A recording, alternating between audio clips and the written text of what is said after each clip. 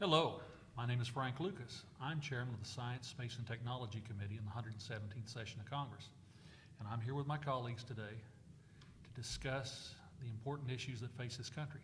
How do we address climate, the future? How do we make sure that our fellow citizens have a chance to live up to their potential and do it in a way that's market-oriented? My primary jurisdiction, of course, is the Science Committee. We focus on research. We have responsibility for the National Science Foundation and all the research programs that they grant money through there. We're responsible for the Department of Energy's research programs. We also have NASA and the National Weather Service. But our real focus is innovation.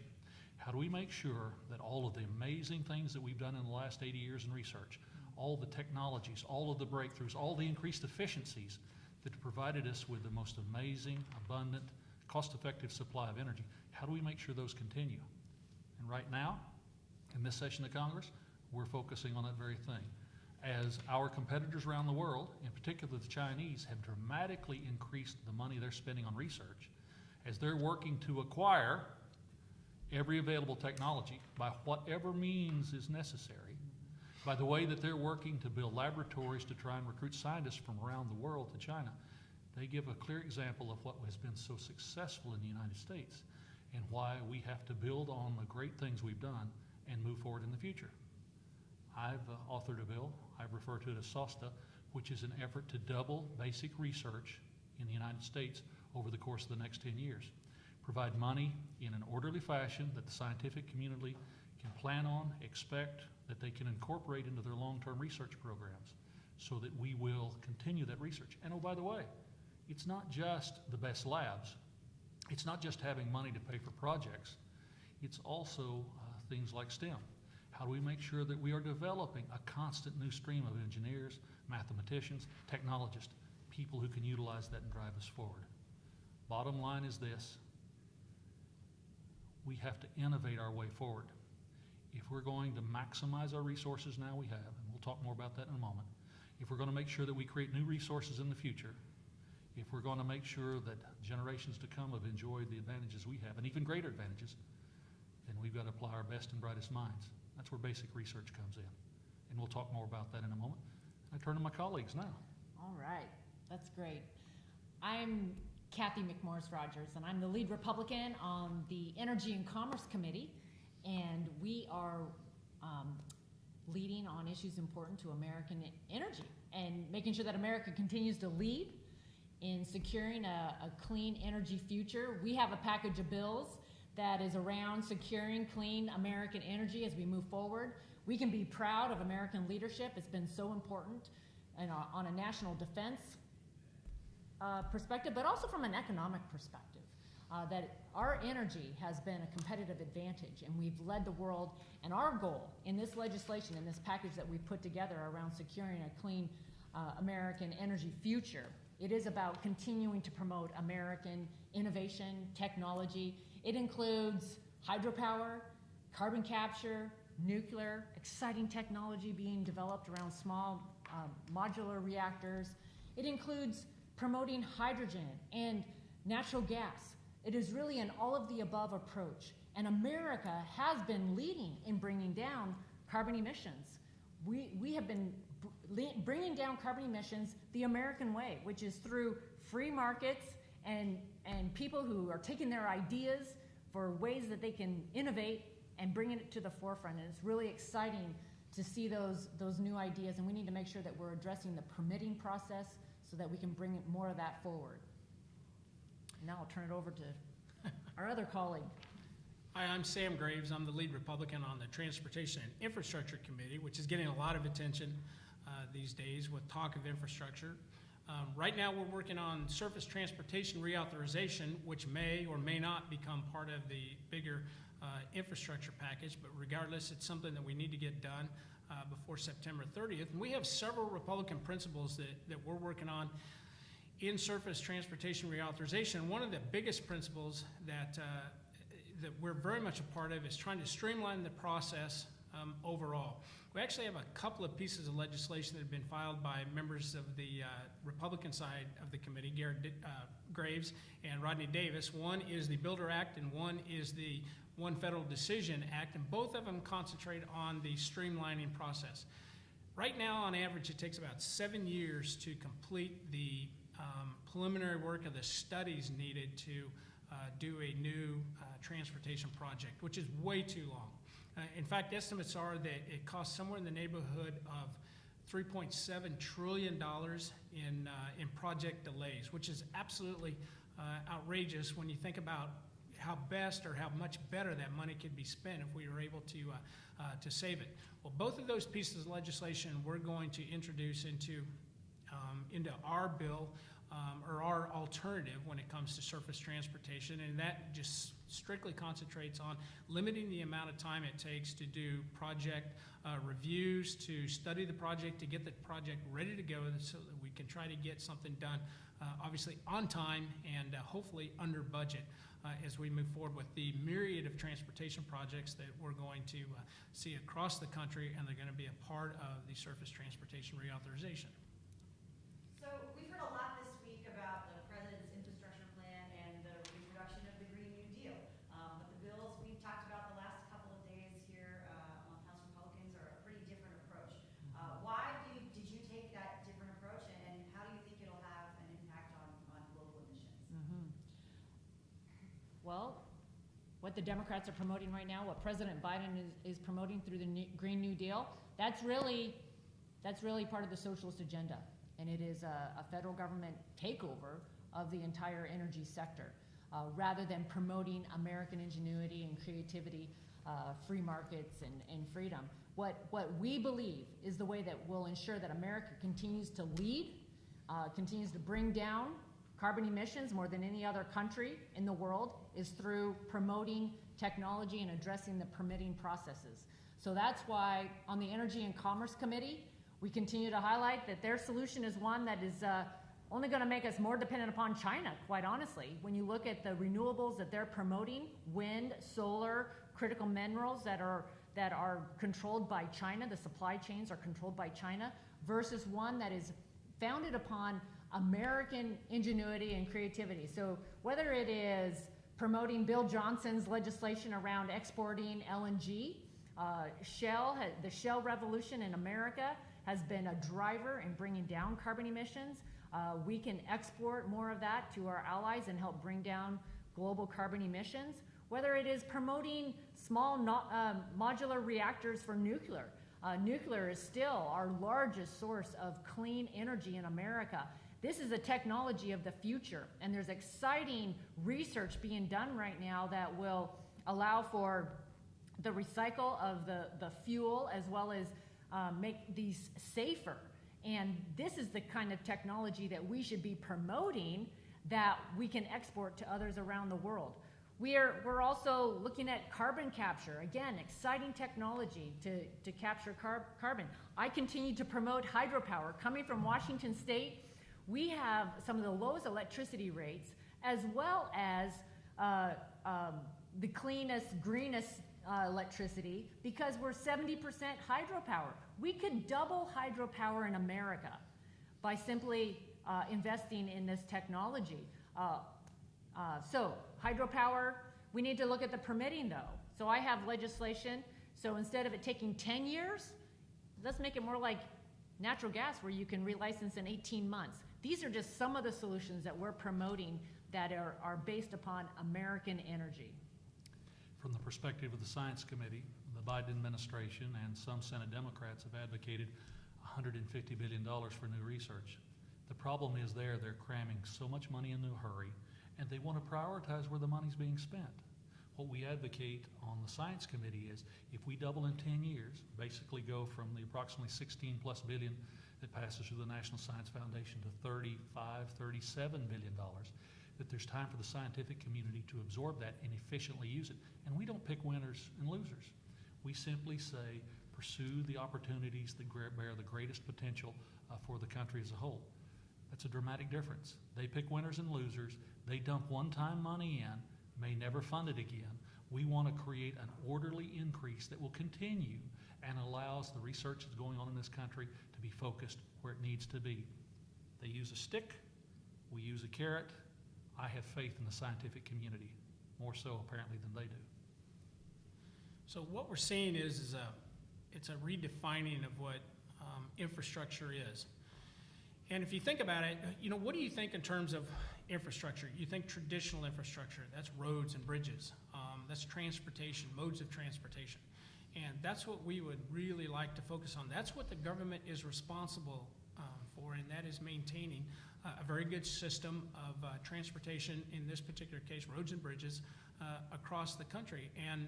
And we truly believe in that. Instead of a system, and again, what is being talked about, at least from the Democrat point of view, is let's throw everything. Let's redefine what infrastructure is. Let's include the kitchen sink. Let's include everything and spend lots of money doing it, where we would like to focus specifically on those things that are very important to people and very important to the country and what government is supposed to do, and that is traditional infrastructure that people have to use every single day to get to their jobs, to carry on their lives, to do whatever they need to do, and that's what our specific focus is.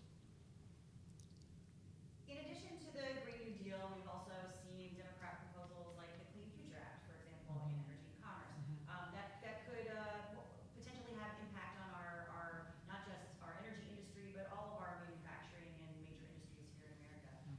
What kind of impact do you think the Democrats' approach could have on the American worker and on our energy prices, and what does that really mean for how we sort of deal with the problem of global climate change? Yes. The approach that they're advocating through legislation like the Clean Future Act is really devastating. We had a union worker testify in front of Energy and Commerce just recently. He's from California, representing 4,000 union workers in the natural gas industry, and he was just sharing his concerns about the approach. It really is promoting more of the approach that we're seeing in California, which is seeing energy prices go up 7 times the rest of the country, as well as a lack of reliability. So it jeopardizes affordability and reliability. In California, it's become more common in order to keep the lights on, that you need to buy a generator, right? That's not the future that we want for the rest of the country. And this union worker was really concerned about all of the people, all of those who are saying, well, somehow he's going to transition. That for those of you that are in these industries, we're gonna transition you to wind and solar when there's not the jobs, or not high-paying jobs, and in fact, wind and solar and batteries make us more dependent upon China, right? So I think he saw it as pie in the sky and was really speaking out, sharing his concern about that impact that would have on truly American jobs, good-paying jobs that are helping secure American energy. Unlike the Biden administration, we believe markets can make the best decisions. And you can't just force people to change our habits by artificially raising the price of traditional fuel so high that they can't cool in the summertime with it, they can't stay warm in the wintertime, they can't drive their factories, they can't make things happen. We believe through spending money on basic research and allowing it to go where the money needs to go, that we will create the innovations that will reduce the cost of cleaner, renewable fuels. Ultimately, we're going to fission, the power of the sun to turn water into energy. But that may be 50 years or 100 years or 150 years away. But you have to use the power of innovation to drive things forward, to let the market work. Otherwise, people will, as my colleagues have noted, pay more to get less and live a more unpleasant life. That's not sustainable. What we're advocating is sustainable. The American people will support us. The other side is going to catch a huge backlash because they've tried this before and it didn't work. Frank mentioned that they've tried this before and it didn't work. And if you just look at what they did last year in the surface transportation reauthorization, what that was the Green New Deal with a few transportation projects scattered in it. That's what it was. And in fact, 2 out of every $5 that were spent in that package that was introduced last year, which never went anywhere, by the way, 2 out of every $5 were spent just on Green New Deal. And if you study the Green New Deal very closely, it's going to increase the cost of energy. When you flip on your light, the price is going to go up. And we want to make sure that we have clean, cheap energy so that when you do flip on those lights, that you're not going to have to go bankrupt just to pay your electric bill, your energy bill, or whatever the case may be. Hey, Sam, how much of the $2.2 trillion infrastructure bill actually goes to roads and bridges? Actually goes to roads and bridges 6%. So Mr. Graves, I'll turn it back to you. What do you say to people who say that if we reform, we streamline the permitting process, or we shorten, we get rid of the kinds of delays we see through NEPA, that we're really not taking care of the environment? What's your answer to folks who say that you can't have permitting reform or regulatory reform without also protecting the environment? So the simple answer is why should it take 7 years to go through the permitting process just to do a highway project, or widen? Let's say we're widening a highway, which is already there, and yet it takes 7 years to go through that process, and the whole time the cost just continues to tick up. We want to protect the environment. We absolutely do, but we also need to use a little bit of common sense when it comes to this. Why do we continue to make things so complicated and so expensive that we literally just price ourselves out of the process? It just doesn't have to take that long to go through the process and protect our environment at the very same time. And I'll follow that up with a question to both of you about nuclear power. We get the same question on nuclear. Why does it take so long to get through the permitting process? And is there a way to do this better? What do you say to folks who might be skittish about nuclear and look at your regulatory reform bills or your research bills as something to be afraid of? Well, we absolutely can do better. The permitting process has become way too long in America. I might point to Operation Warp Speed and the fact that we brought a vaccine in less than a year, and it was really a public-private partnership, right? And doing real-time review. We learned from that, and I think that's the model that we want across the board. We have exciting nuclear technology being developed, and the permitting process right now takes such a long time that it could jeopardize our advantage in being able to bring this new technology forward. I'm super excited about some of the research being done in Washington State, whether it's TerraPower or X Energy. I mean, this is the nuclear technology of the future that will help meet our energy needs, but also around the world. And we need to be promoting that, and we need to be addressing permitting so that we can actually bring these exciting technologies to the market quicker. I mentioned hydropower takes 10 years, natural gas 18 months. I mean, we can do better, and we absolutely must. My colleagues are exactly right. The power to permit is also the power to kill, just like the power to tax. And we've seen history. We are literally generations behind in research. If there was a permitting process where there was some confidence that in an orderly fashion we could make the capital investments, we could get the facilities up and going, we could make them run, then it would attract capital, and it would attract more research. That's why on the Science Committee we're so focused on making sure the research dollars are there to develop the next generation and the generation after that of nuclear facilities. The engineering that goes into this has changed dramatically since the first plants were designed in the 1950s. Dramatically. Now, ultimately, we're going to fusion on down the road. But until then, let's make fission as efficient and as safe as humanly possible. Because as we discovered in the Southwest United States earlier this year, when the temperatures go crazy, when you have extraordinary weather events, you need nuclear, you need natural gas, you need coal-fired, you need wind, you need every available resource. Because when it's 14 below zero outside and the power goes off, I don't care if it's Oklahoma or Montana, it's cold. We're working to make sure that doesn't happen to our constituents. So maybe as we close, we talked about, I think, 24 bills over the last 2 days, and as you mentioned, natural gas, nuclear, hydropower, renewables, innovation, regulatory reform. What do you hope is the future for these bills? Are these proposals that you're going to sit on until we retake the majority, or are you hoping that we can move some of these forward as Congress? I think with time, you'll slowly see some of our colleagues who are watching us carefully start to steal our ideas. That's still the ultimate form of flattery in the legislative process. But if they won't do the right thing, which either accept our bills or steal our bills, then in 18 months we'll have a chance to run our own bills, I think. That's great. Yeah, this is the House of Representatives. This is where all these ideas are brought forward, and I'm really proud of the work of the Energy and Commerce Committee and the members that have brought these ideas forward. You know, we want to make sure that America continues to lead, and you know, we can be proud of American leadership. America has done more to lift people out of poverty, raise the standard of living more than any other country in the world. And really, energy has been a big part of that. Energy's been a competitive advantage for us.